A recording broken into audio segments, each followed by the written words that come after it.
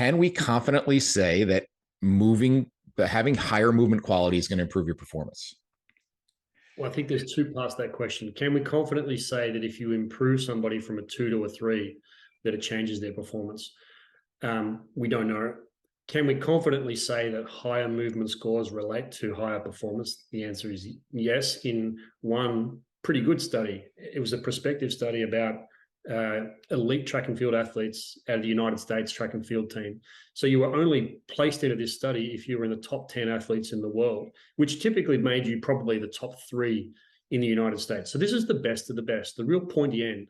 And in this particular study, they did a movement screen on all of the athletes at the beginning of or at the end of a season, for example.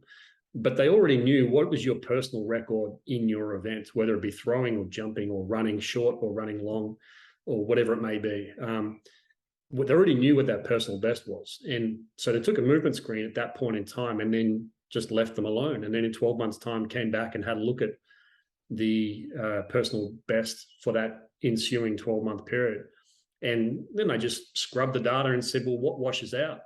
And because there's lots of variations as to what causes a change in performance, but one of the things that showed up is that if you moved not so well in a squat, so if you had a score of 1, which we would say is below a minimum level of acceptable, and you compared that to a score of a 3, which we would say is pretty great, really optimal, then those individuals with a score of 1 had an average deficit of about 0.5 to 1.5% reduction in their personal best.